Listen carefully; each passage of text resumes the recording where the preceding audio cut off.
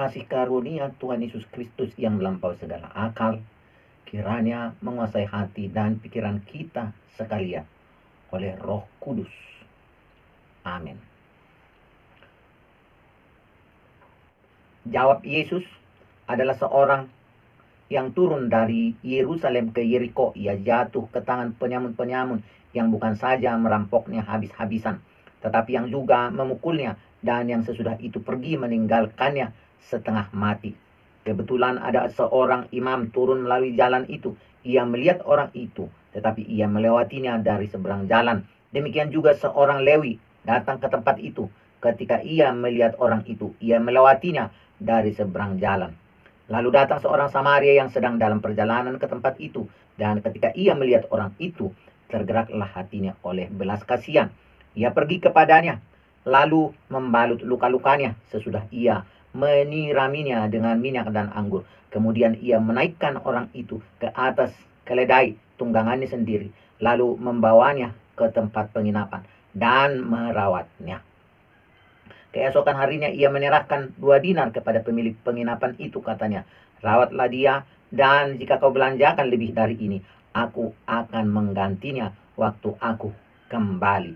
Siapakah di antara ketiga orang ini menurut pendapatmu adalah sesama manusia dari orang yang jatuh ke tangan penyamun itu? Saudara-saudara, apa yang diajarkan oleh Yesus tentang mengasihi itu adalah sesama manusia, ditujukan kepada sesama manusia. Firman berkata, keselamatan, kebenaran, dan kasih akan Tuhan itu. Kebenaran dari Yesus berkata bahwa kasih kepada sesama manusia itu adalah wujud dari bagaimana orang mengasihi dengan kenyataan, dengan ketulusan, dengan tanpa pamrih, dan dengan tanpa pandang bulu.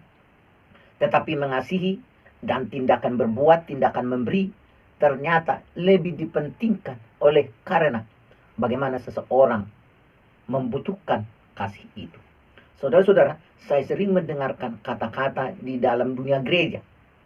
Bagaimana mereka menerjemahkan, kasihilah semua orang, tetapi terutama kepada saudaramu seiman. Mereka menafsirkan ini sebagai kasih kepada sesama satu merek gereja. Di dalam mengasihi itu harus lebih. Nah, apa yang saya katakan ini mungkin disebabkan oleh dominannya pejabat-pejabat gereja itu. Bagaimana supaya uang itu terutama kepada organisasi itu, bukan terutama kepada soal seseorang sama-sama beriman, kepada guru iman, kepada guru yang mengajarkan kepada kita tentang iman. Nah, apa yang kita lihat di sini, Yesus menjabarkan tentang yang mengasihi itu. Dan orang yang tidak memiliki kasih, kata Rasul Yohanes, dia tidak mengenal Allah. Dia tidak mengasihi Allah.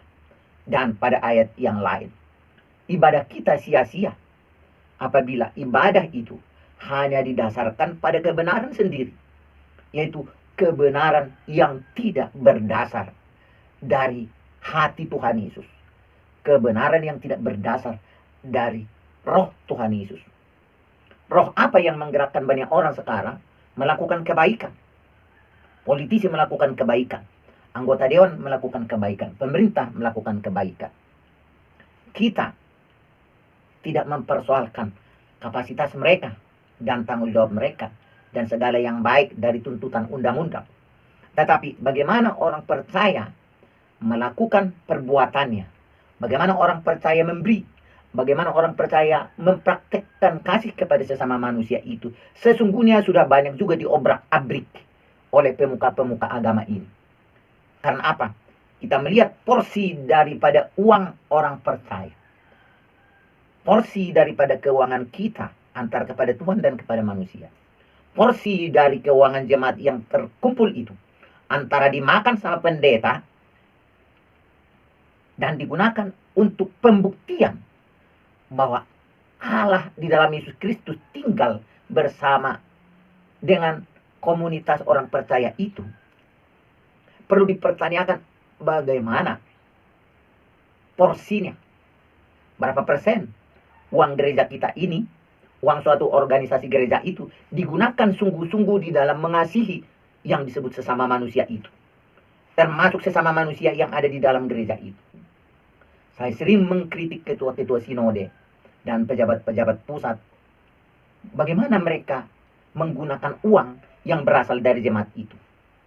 Apakah konsepnya adalah konsep mengasihi sesama manusia, memberitakan Injil, dan melaksanakan pengajaran Injil secara aktual di dalam tuntutan Roh Kudus, atau sebatas mereka hanya melakukan program-program yang di dalam hatinya didoakan supaya Tuhan campur tangan, tetapi di dalam ambisinya adalah bagaimana seturut dengan selera birahinya sendiri.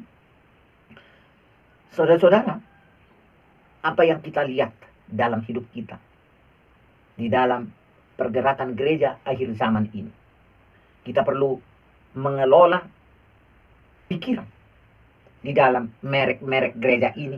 Roh-roh apa yang sedang bekerja?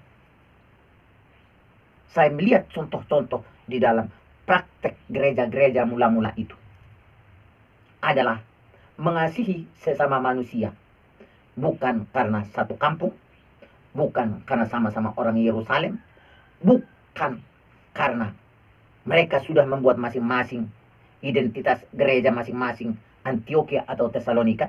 Mereka hanya pakai apa yang diajarkan oleh Yesus itu.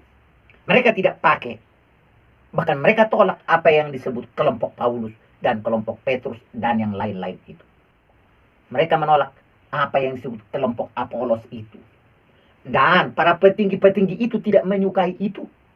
Paulus tidak menyukai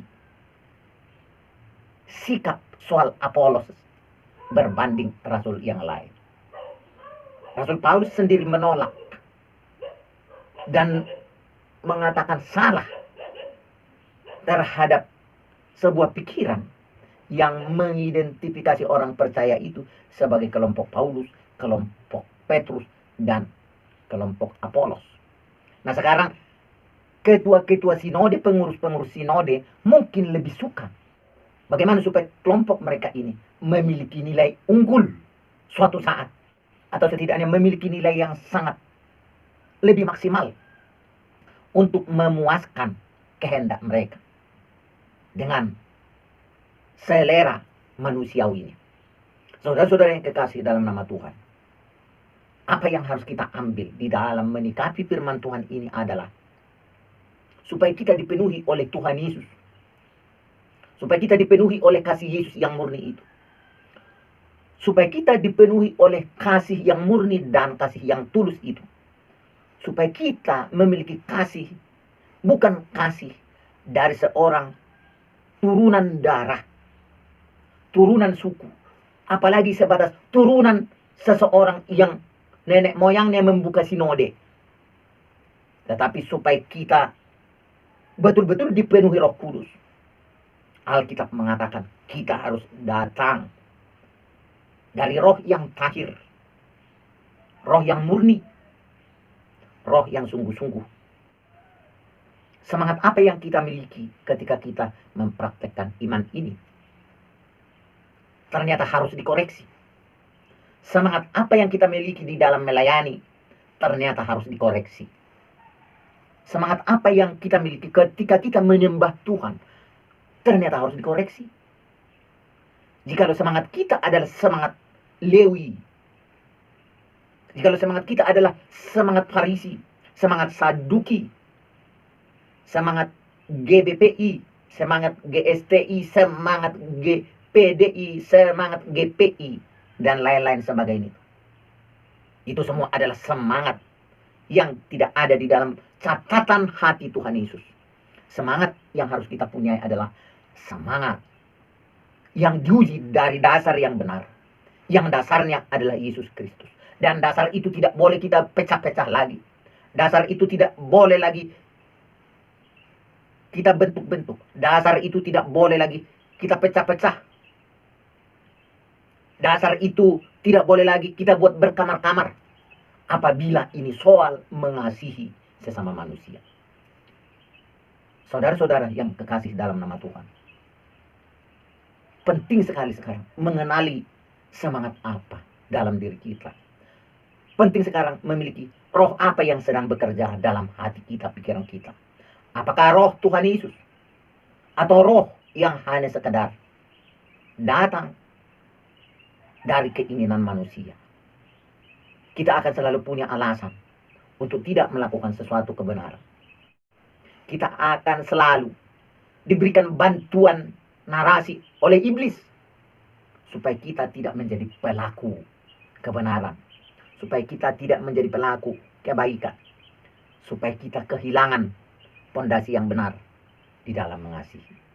Saudara-saudara, apa yang sedang hadir kepada kehidupan kita sekarang di dalam hal mengasihi, di dalam hal beribadah, di dalam hal berbuat sesuatu, mari kita meminta roh Tuhan Yesus sendiri menguasai pikiran kita dan hati kita dan batin kita sepenuhnya, supaya kita sungguh-sungguh bisa menjawab apa yang dipertanyakan oleh firman Tuhan.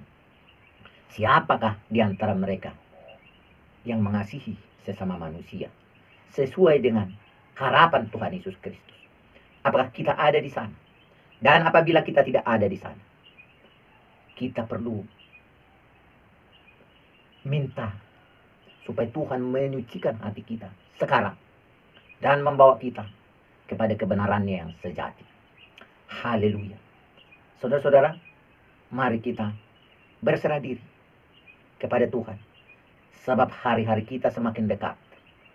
Hari-hari di mana sangkakala akan berbunyi dan Yesus akan datang dengan malaikat-malaikatnya menjemput siapakah mereka yang layak sebagai pengasih dari Tuhan dan pengasih dari kebenaran firman Tuhan. Haleluya. Terima kasih Tuhan Yesus. Jamahlah setiap pendengar, hamba-hambamu dan jemaatmu yang dihampiri oleh sapaan firman Tuhan ini. Kiranya kami semua mendapatkan bagian dari roh Tuhan, dari kerajaan Tuhan, dari komunitas orang-orang kudus yang berkenan kepadamu dan sungguh-sungguh ada di dalam Engkau. Di dalam nama Tuhan Yesus Kristus kami berdoa. Amin.